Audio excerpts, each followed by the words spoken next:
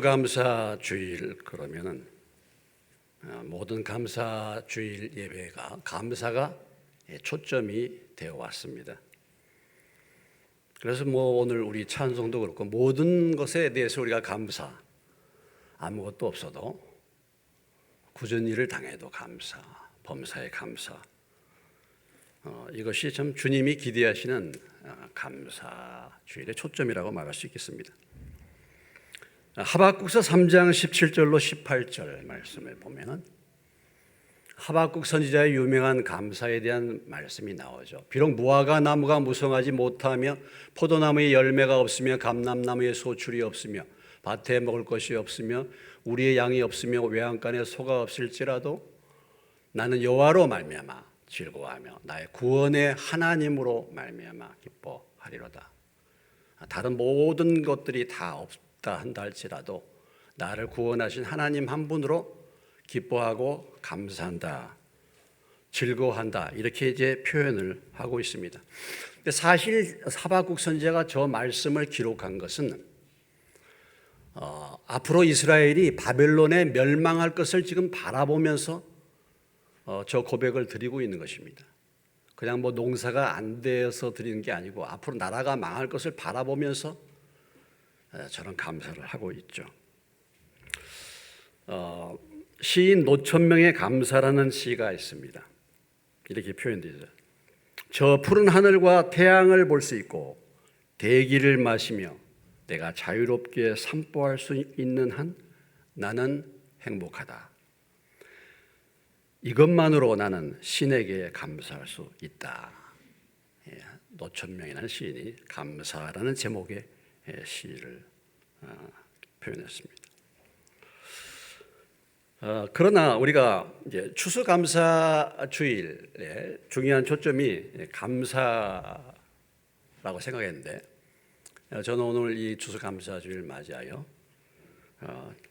우리의 초점을 감사보다는 추수에 옮겨서, 열매에 옮겨서 그러한 교훈을 오늘 본문의 말씀을 통해서 받고자 합니다. 추수감사주일은 열매에 대한 수확, 열매를 주심에 대한 감사입니다. 그래서 하나님께서 나에게 주신 열매가 무엇인가? 하나님은 무엇을 원하시는가? 내게 주신 열매는 과연 무엇인가를 돌아보면서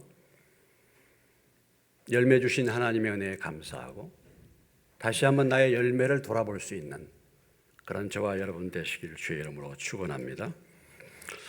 오늘 이 본문의 말씀은 우리가 잘 알고 있는 포도원 농부의 비유입니다. 포도원 농부의 비유입니다. 한 집주인이 포도원을 만들어 가지고 산 울타리를 두르고 즙지 않은 틀을 만들고 망대를 짓고 농부들에게 새로 그 포도원을 주고서 멀리 타국으로 떠나갔습니다. 타국에 있다가 수확의 때에 열매를 거둘 때에 종들을 보내서 수확물을 이제 새를 주었으니까 수확물을 열매를 거두려고 종들을 보냈는데 종들을 보낼 때마다 이 농부들이 종들을 다 죽여버렸다. 여기 보니까 돌로 치기도 하고 때리기도 하고 죽이고 이렇게 했다는 것이죠.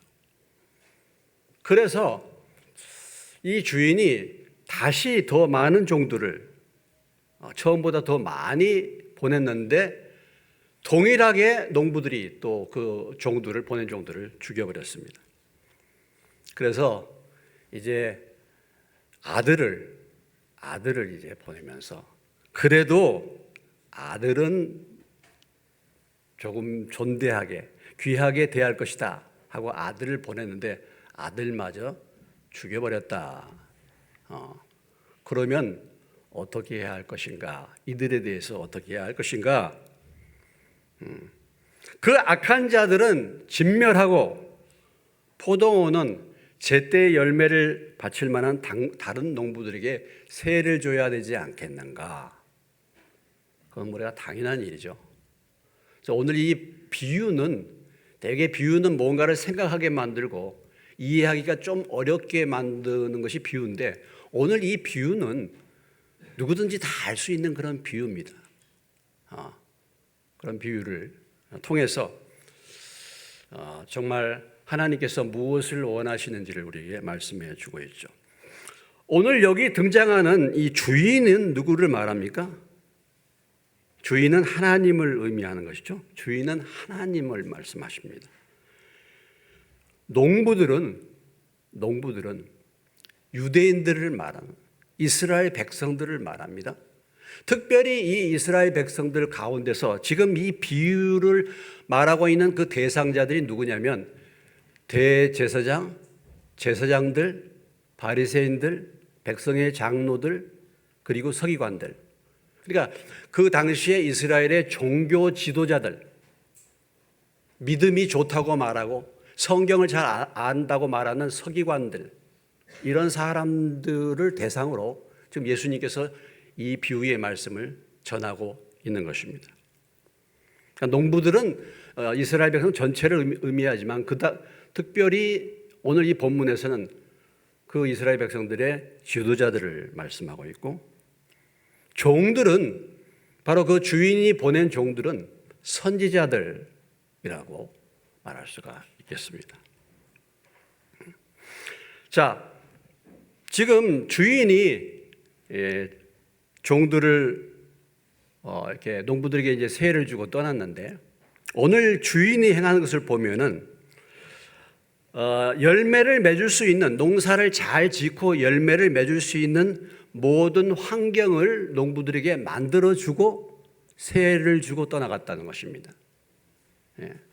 그래서 지금 울타리도 둘러주고 짚지 않은 틀도 만들고 망대도 만들고, 그렇게 해서 농사를 지을 수 있는 모든 환경과 조건, 열매를 맺을 수 있는 환경과 조건을 만들어주고 떠나간 것입니다. 농부들은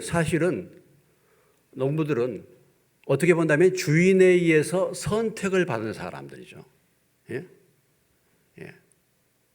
주인들에게서 선택을 받은 사람들입니다. 이렇게 일할 수 있는 자리가 많지 않을 수도 있고 일자리 얻기도 어려울 수도 있는데, 지금 다 조건들을 갖추어주고 고용해 주었으니까. 그리고 또 주인이 타국으로 떠나버렸어. 더 좋은 환경 아니겠습니까? 주인이 날마다 찾아와 가지고 나를 간섭하기도 하고 할 텐데 타국으로 떠나버렸어요.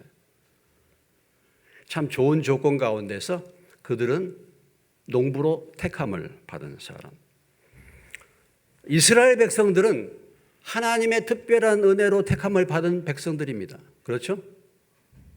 하나님께서 아브라함을 택하시고 그 아브라함의 후손이 되는 사람들은 하나님께서 은혜로 이미 약속을 주었기 때문에 하나님의 자녀가 되는 그런 큰 축복 가운데 하나님께서 그들을 택하신 것입니다.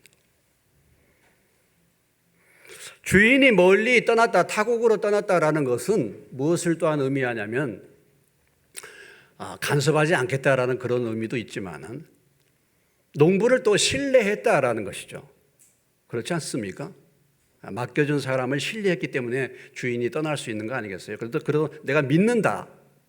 내가 이제 타국으로 떠날 테니까 그동안에 열매를 맺기까지는, 농사 추수할 때까지는 너희들이 잘 해라 하고 그들을 믿고 맡기고 지금 떠난 것입니다. 그래서 수확의 때에 이제 열매를 거두러 온 것이죠. 오늘 주인은 열매를 기대하신다는 것입니다. 열매를. 하나님은 열매를 기대하시는 거예요. 오늘 우리가 추수감사주일을 맞아서 감사를 드리는데, 물론 열매가 없어도 우리는 감사할 수 있지만은 사실 이 추수의 가장 중요한 의미는 열매를 거두는 것에 대한 감사입니다. 열매를 지금 기대하시는 거예요. 마태복음 7장 16절로 20절의 말씀에 그들의 열매로 그들을 알지니 가시나무에서 포도를 또는 엉겅퀴에서 무화과를 따겠느냐. 이와 같이 좋은 나무마다 아름다운 열매를 맺고 못된 나무가 나쁜 열매를 맺나니 좋은 나무가 나쁜 열매를 맺을 수 없고 못된 나무가 아름다운 열매를 맺을 수 없느니라. 아름다운 열매를 맺지 아니하는 나무마다 찍혀 불에 던지느니라. 20절 다 같이 읽겠습니다. 이러므로 그들의 열매로 그들을 알리라 그랬어요. 열매로 그들을 안다는 것입니다. 열매로. 무엇을 분별하는 최종적인 결과는 열매로 안다. 교인들이 누구냐? 교회 다니는 사람이 누구냐? 교회를 다니는 사람, 직분을 받은 사람이 아니라 그들의 삶의 열매가 있어야 교인이 된다. 교인으로 인정을 받을 수 있다. 이런 것입니다. 열매를 주님은 기대하신다. 요한복음 15장 8절에 너희가 열매를 많이 맺으면 내 아버지께서 영광을 받으실 것이요 너희는 내 제자가 되리라. 16절에 너희가 나를 택한 것이 아니라 내가 너희를 택하여 세웠나니 이는 너희로 가서 열매를 맺게 하고 또 너희 열매가 항상 있게 하여 내 이름으로 아버지께 무엇을 구하든지 다 받게 하려 함이라. 하나님이 저와 여러분을 택하신 가장 중요한 목적이 무엇입니까? 열매를 맺게 하는 거예요. 하나님이 저와 여러분을 택하신 중요한 목적은 열매를 맺기 위해서 우리를 택하셨다. 여러분, 농사 짓는 목적이 무엇이겠습니까? 열매 아니겠습니까? 열매. 아니, 왜 농사를 짓습니까? 열매를 얻기 위해서 하는 거 아니겠습니까?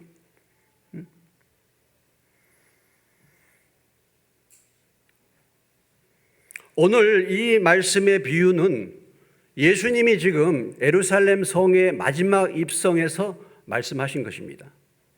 지금 예수님은 예루살렘 성의 이제 마지막 입성이에요. 이번 주간에 예수님은 십자가에 돌아가십니다.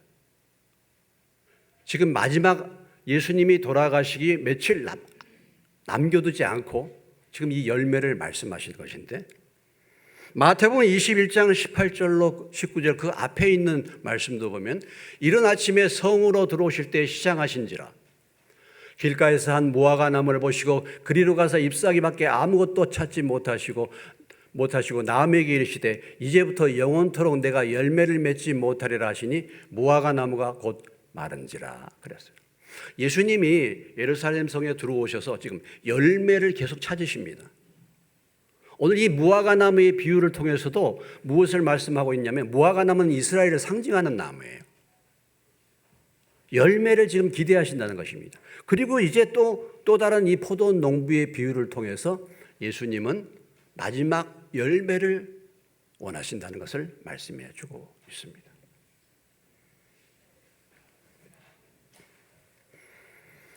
그런데 농부들은 말이죠. 보낸 종들을 심히 잡아서 때리고 죽이고 돌로 쳤어요.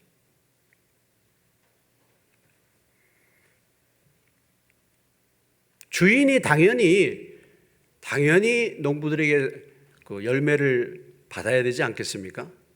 그래서 종들을 보낸 건데 왜 이 농부들은 이 종들을 때리고 죽였을까? 왜 그랬을까요, 여러분? 한번 생각해 보십시오. 왜 이들이 그렇게 반응을 했을까라는 것입니다. 어쩌면 게을러서 농사를 제대로 안 지었나? 농사를 제대로 안 지었나 모르겠어요. 열매를 내놓을 게 없어서 그럴 수도 있지 않겠습니까? 근데 분명히 포도 내서 농사를 제대로 자기들이 농부인데 맡겼으면 농사를 지었을 텐데 어쩌면은 본인들이 농부라는 사실을 잊어버릴 수도 있어요. 본인들이 주인이 반드시 열매를 요구할 텐데 그 사실을 잊어버려요. 주인이 타국으로 갔기 때문에 어쩌면은 이것이 농사를 짓다가 주인은 안 보이기 때문에 이것이 내 것이다라고 착각을 할 수도 있지 않겠나. 과연 그렇게 했는가? 그들이 신분을 망각했는가?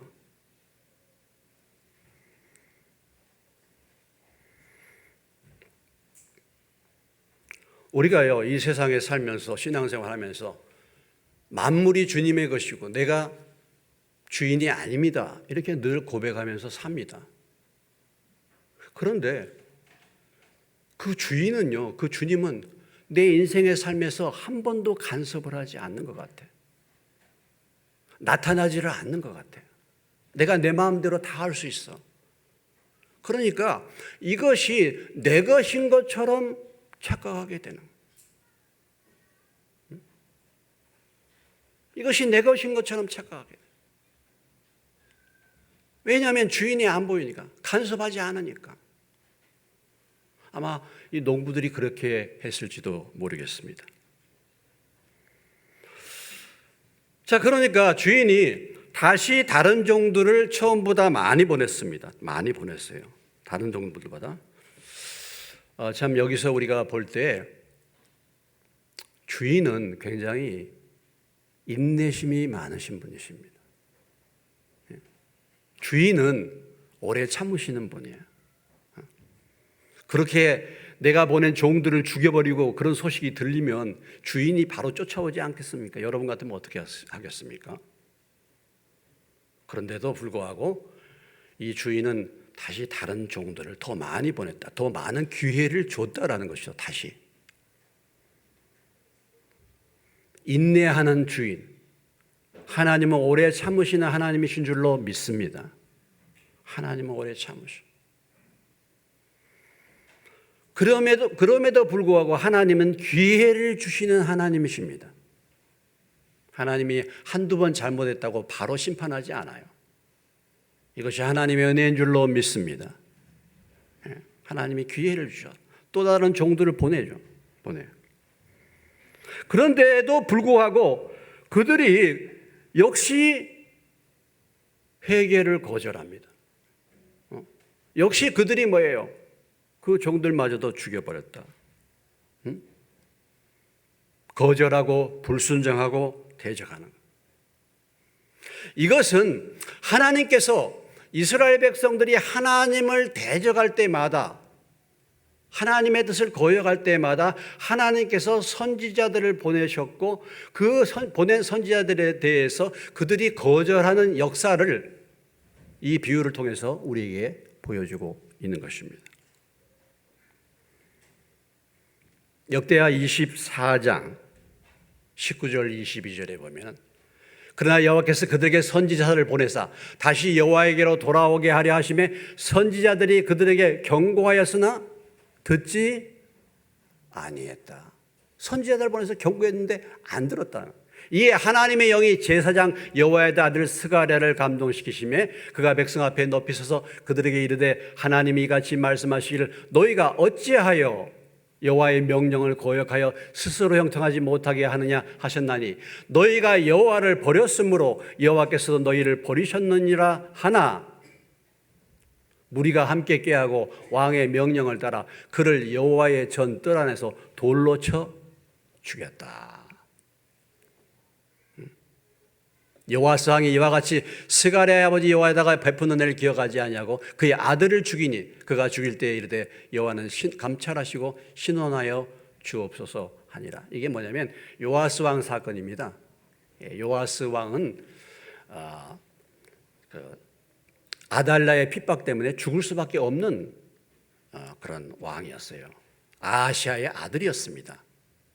그런데 여호야다라는 제사장이 이 요아스를 어렸을 때 숨겨줬어.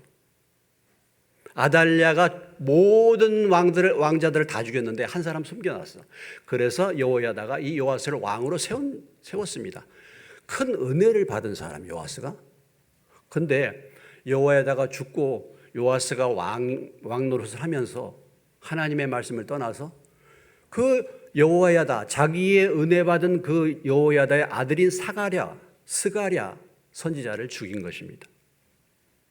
다른 선지자들이 말씀해도 안 들었고 다 그들을 죽였을 뿐만 아니라 스가랴까지도 죽였다.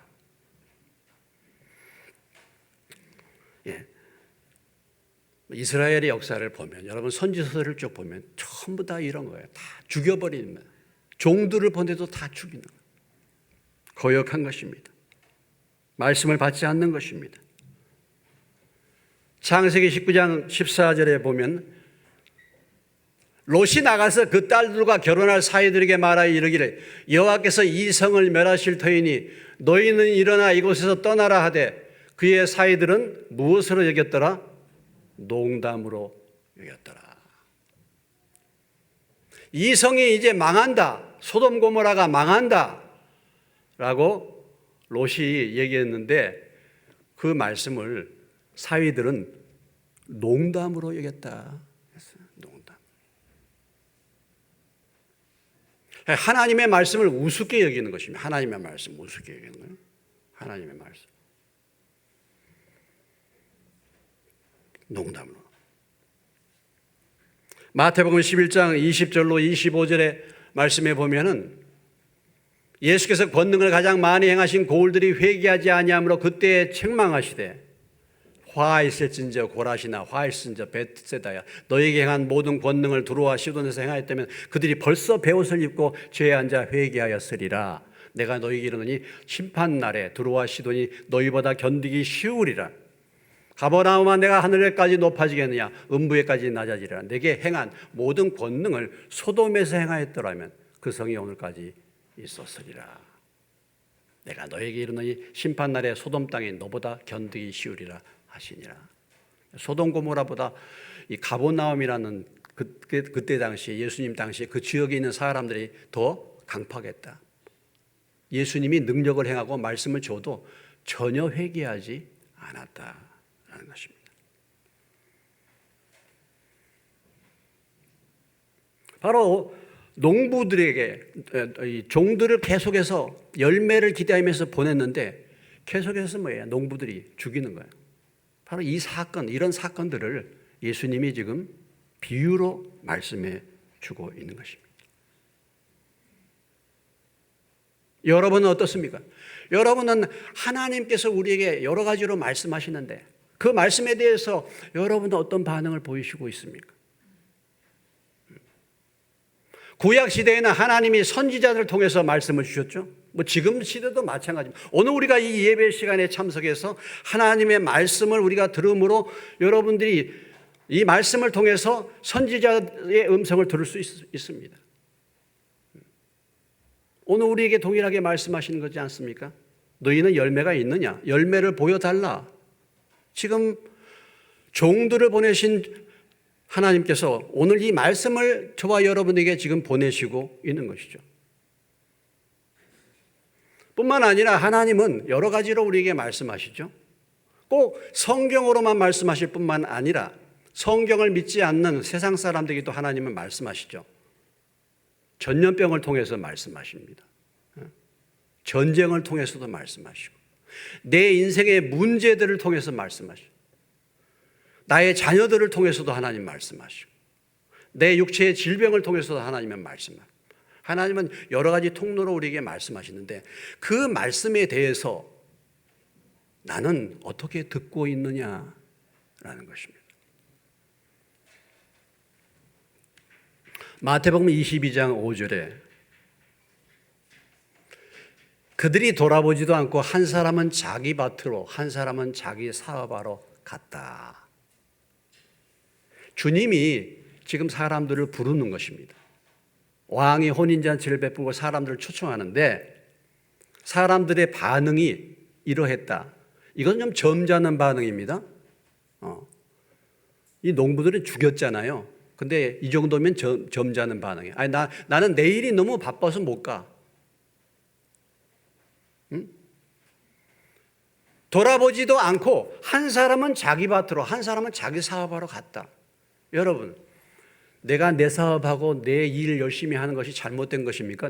내 밭에 가서 일하고 사업하지 말라는 얘기입니까? 그거 아니잖아요. 자기의 삶을 열심히 하는 거 하나님은 거기에 대해서 뭐라고 말씀하시는 거 아닌 것입니다. 자기 사업 열심히 하는 거 그걸 뭐라고 말씀하시는 거 아니에요. 문제는 뭐냐면 하나님이 부르시는데 왕이 지금 부르는데 돌아보지도 않았다라는 것이죠. 더 중요한 일에 무관심한 것입니다. 더 중요한 일에 무관심한 거예요. 그 일 때문에 주님의 음성을 듣지 못하는 거예요. 내 일에 바빠가지고 내 사업에 너무 바빠서 그 일 때문에 주님의 일을 외면하는 것입니다. 그 일 때문에 주님의 음성을 소홀히 하는 것입니다. 그 일 때문에 주님을 섬기는 것을 외면하는 것입니다. 그 일 때문에 영적인 은혜를 사모하지를 않게 되는 것입니다. 돌아보지 않는 거예요. 무관심해지고 우선순위가 바뀐 거예요. 이게 문제인 것입니다. 여러분, 우선순위가 바뀌는 것이 무엇입니까? 그게 우상입니다. 하나님보다 더 우선순위, 하나님보다 내 밭이 우선이고 하나님보다 내 사업이 우선이고 하나님보다 내 자녀가 우선이면 그거 우상입니다. 하나님보다 내가 관심 있는 어떤 취미 생활이 더 우선이면 그것이 우상입니다. 우상은 다른 게 아니에요.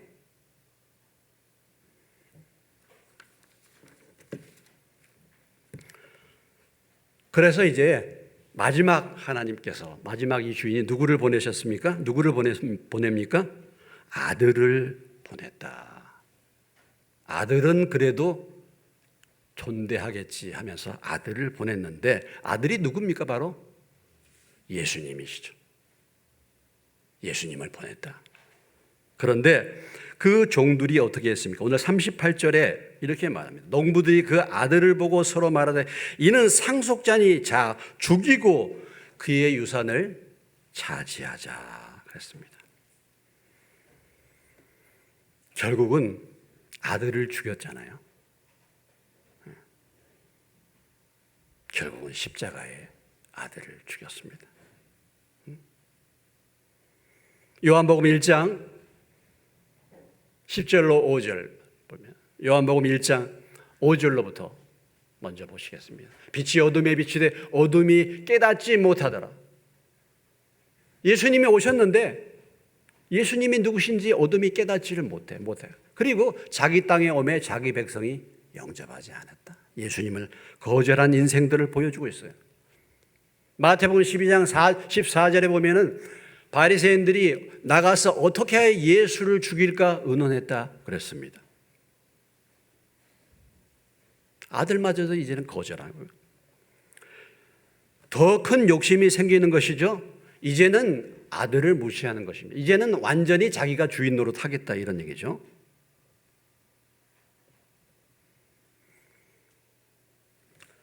이런 상태가 되었습니다.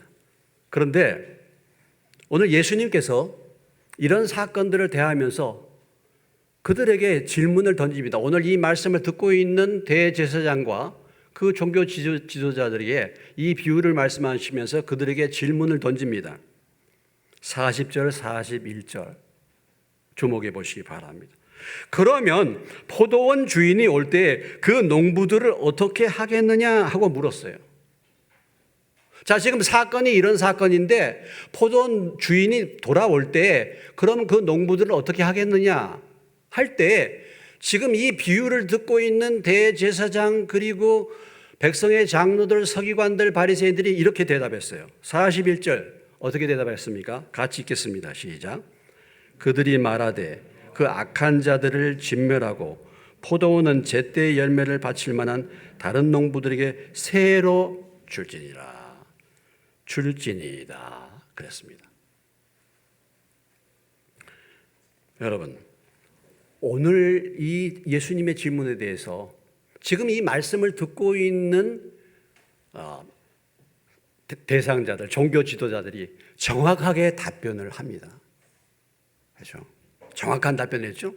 악한 자들은 진멸하고 포도원은 제때의 열매를 맺는 사람들에게, 제때의 열매를 맺는 농부들에게 세를 줘야 된다 그랬습니다.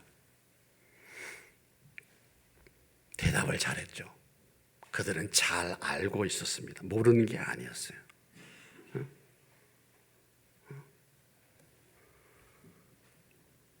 그럼에도 불구하고 그들은 회개하지 않았습니다. 그럼에도 불구하고 이 오늘 본문의 비유 그대로 그들은 결국은 주인의 아들인 예수님을 죽인 것입니다. 그들이 분명히 깨달았죠. 분명히 그들이 말했습니다. 그들은 알고 있었습니다. 그럼에도 불구하고 회개하지 않고 그대로 그 아들을 죽였다라는 것이죠.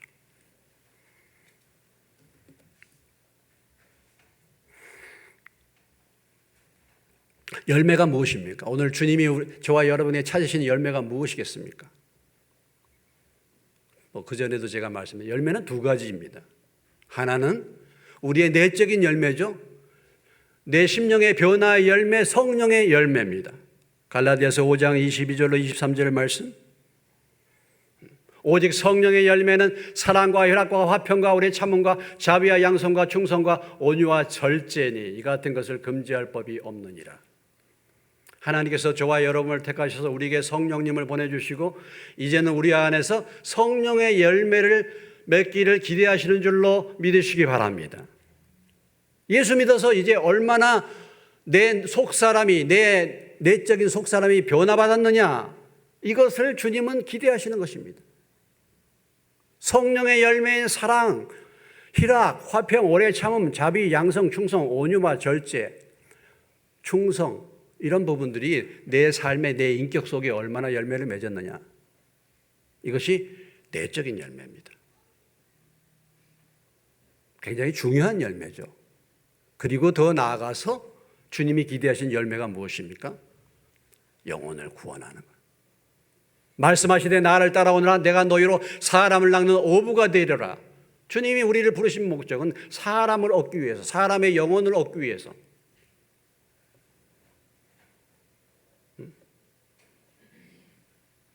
너희는 가서 모든 족속으로 제자를 삼아 아버지와 아들과 성령의 이름으로 침례를 주고 내가 너희에게 분부한 모든 것을 가르쳐 지키게 하라.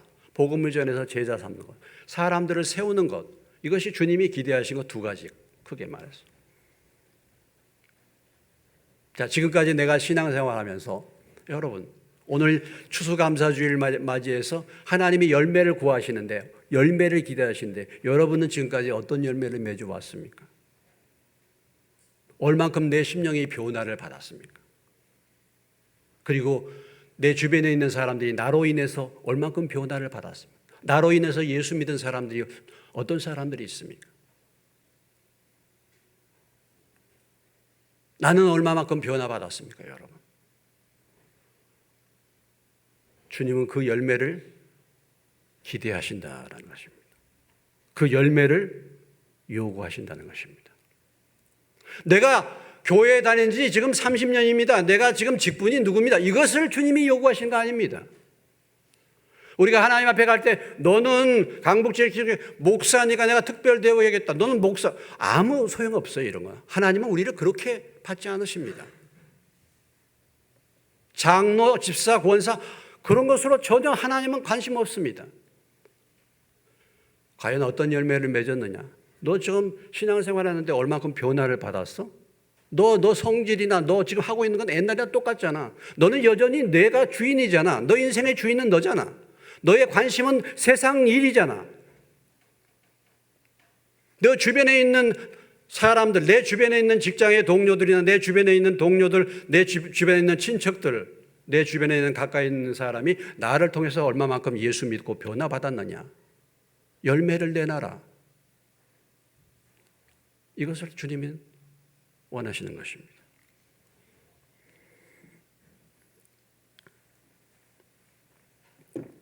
그러면 왜 이들이 열매를 맺지 못했을까요, 여러분?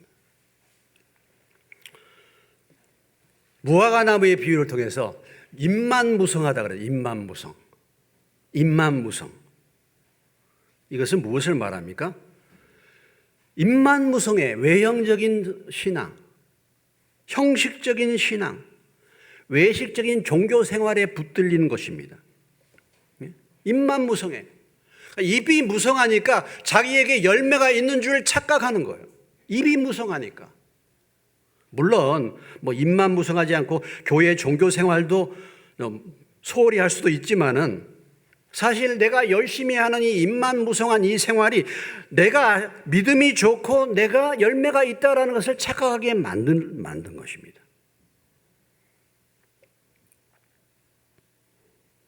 풍성한 잎이라는 것은 종교적인 행위, 열심을 말하는 것이죠.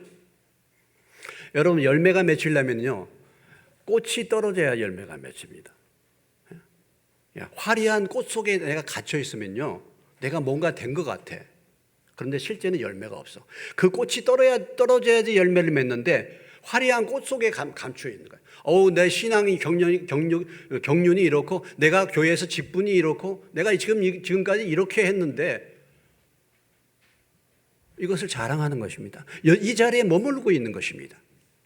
열매는 없고 입만 무성한 생활이에요. 주인이 무엇을 기대하는지 알지 못하고 자신이 주인 노릇하고 있고 실제적으로 자신에게 속고 있는 것이죠.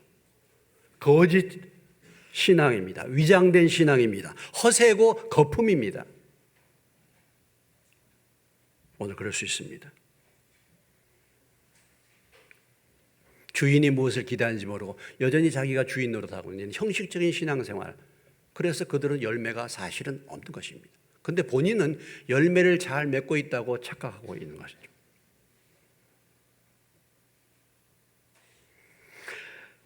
신앙생활을 점검하도록 열매를 점검하도록 선지자들을 통해서 여러 차례 기회를 주었는데도 회개치 않고 거절한 것입니다. 하나님의 말씀과 하나님의 일꾼들의 권면을 여전히 무시하고 있는 것입니다. 여러분 어떤지 모르겠어요. 이렇게 말씀으로 권면을 하고 있는데 오늘 특별히 이번 추수감사주를 통해서 다시 한번 여러분들이 내 자신의 열매를 돌아보시기를 주의 이름으로 축원합니다. 만약에 열매가 없다고 한다면 회개하시고 열매 맺는 믿음의 사람들 되시기를 주의 이름으로 축원합니다. 여러분 오늘 이 사람들이 이 종교 지도자들이 얼마나 이론적으로 잘 알았습니까? 문제를 어떻게 해결해야 된다는 것을 알았어요. 그런 사람들은 진멸해야 된다는 것도 알았고 그렇게 열매를 맺지 못하는 사람들은 바꿔야 된다는 것도 그들이 알았습니다. 하나님의 말씀에 대해서 잘 알고 있습니다. 그런데 문제는 실제로 믿고 실제로 행하지 않은 것입니다. 오늘 이것이 문제입니다. 서기관들은요, 말씀을 해석하는 사람들 아닙니까? 말씀을 달달달 하는 사람들 아닙니까? 오늘 말씀을 증거하고 말씀을 설교하는 이 목사들 가운데서도요, 정말 이런 사람들이 많아요. 특별히 종교 지도자들일수록 종교 생활에 찌들인 사람, 목사나 장로, 교회 지도자들 다 돌아봐야 되지 않겠습니까? 저도 이 말씀을 준비하면서 제가 이 교회에서 지금 35년 개척하고 35년 신앙생활 했는데 과연 나는 어떤 열매가 맺는가? 나는 어떻게 변화받았는가?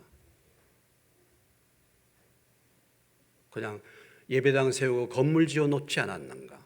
과연 우리 교회에 와서 예수 믿고 변화받은 사람들이 몇 사람인가? 과연 열매를 내놓으라 할 때 열매를 내놓을 수 있는 사람들이 몇 사람인가? 그것이 바로 제가 하나님 앞에 나가서 보여드려야 될 열매인데 나는 과연 제대로 열매를 맺었나? 여러분, 열매를 맺지 못한 가장 중요한 이유가 있습니다. 그것이 무엇인가? 요한복음 15장 1절로 5절입니다.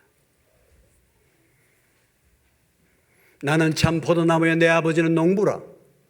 무릇 내게 붙어있어 열매를 맺지 아니하는 가지는 아버지께서 그것을 제거해 버리시고 무릇 열매를 맺는 가지는 더 열매를 맺게 하려 하여 그것을 깨끗하게 하시느니라. 너희는 내가 일러준 말로 이미 깨끗하게 줬으니 내 안에 거하라. 나도 너희 안에 거하리라. 가지가 포도나무에 붙어있지 아니하면 스스로 열매를 맺을 수 없음 같이 너희도 내 안에 있지 아니하면 그러하리라. 나는 포도나무에 너희는 가지라. 그가 내 안에 내가 그 안에 가면 사람이 열매를 많이 맺나니 나를 떠나서는 너희가 아무것도 할 수 없음이라. 오늘 열매 맺지 못하는 가장 중요한 이유가 무엇입니까? 나무에 가지가 붙어있지 않기 때문이다. 주 안에 붙어있지 않기 때문에. 무슨 얘기입니까? 연결되어 있지 않는 것입니다. 주님의 생명에 연결되어 있지 않는 거예요. 인간의 힘으로 열매 맺을 수 없다.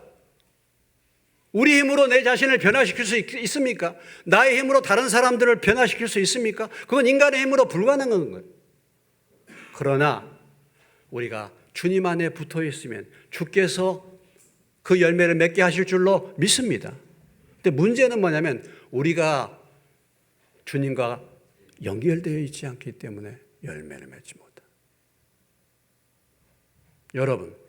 여러분은 주님의 생명과 연결되어 있습니까? 여러분은 구원 받으셨습니까?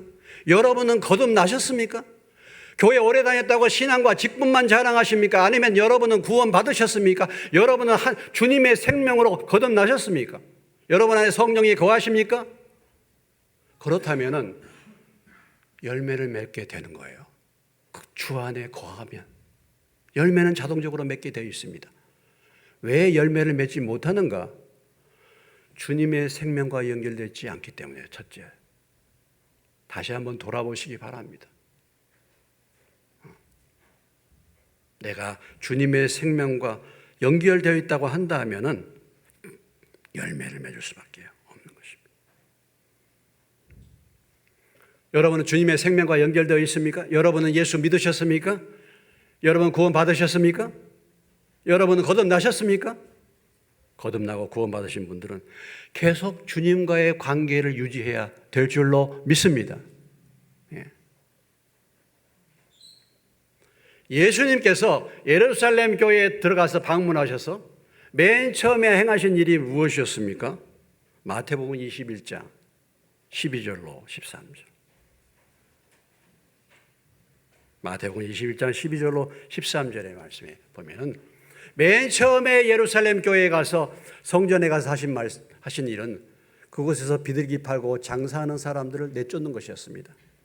그러면서 예수님께서 말씀하시기를, 예수께서 성전에 들어가서 성전 안에 매매하는 모든 사람들 내쫓으시며 돈 바꾸는 사람들과 상과 비둘기 파는 사람들의 의자를 둘러엎으시고 그들에게 이르시되 기록된 바 내 집은 기도하는 집인데 너희가 강도의 소굴을 만들었도다. 그들이 열매 맺지 못한 이유는 바로 주님과 연결되어 있지 않기 때문에, 기도가 죽었기 때문에. 그렇기 때문에 이들의 영적인 상태가, 이 예루살렘 성전의 영적인 상태가 열매를 맺을 수가 없게 되었던 것입니다. 오늘 추수감사주일을 맞이하여 우리가 열매 없이도 얼마든지 우리는 하나님 앞에 감사할 수 있겠지만, 다시 한번 이 추수감사주일에 주님이 우리에게 열매를 기대하시는데 내가 보여줄 열매가 무엇인가 돌아보시고, 내가 왜 열매 맺지 못하는가? 나는 주님의 생명과 연결되어 있는가? 연결되어 있다고 한다면 계속해서 주님과 더불어 그 교제 가운데 주 안에 거하고 있는가? 내 기도의 삶은 어떤가? 다시 한번 돌아보시고 주님과의 관계를 분명하게 맺으시고 늘 주님과 더불어 기도하며 간구함으로 주 안에 거하는, 그래서 열매를 맺는 저와 여러분 되시기를 주님의 이름으로 축원합니다. 열매 맺지 못하면 어떻게 되겠습니까, 여러분? 나중에 불태워 쫓겨나가는 거 아니겠습니까? 오늘 마태복음 21장 43절에 이렇게 결론내지 않습니까? 그러므로 내가 너에게 이르노니 하나님의 나라를 너희는 빼앗기고 그 나라에 열매 맺는 백성이 받으리라. 여러분, 오늘 이렇게 교회를 나오면서 신앙생활 하면서 하나님 나라를 빼앗기는 자가 한 사람도 없으시기를 주의 이름으로 축원합니다. 그 나라에 열매 맺는 백성으로서 하나님의 상급을 받는 저와 여러분 되시기를 주의 이름으로 축원합니다. 기도하시겠습니다. 하나님 아버지, 추수감사주일을 맞이하여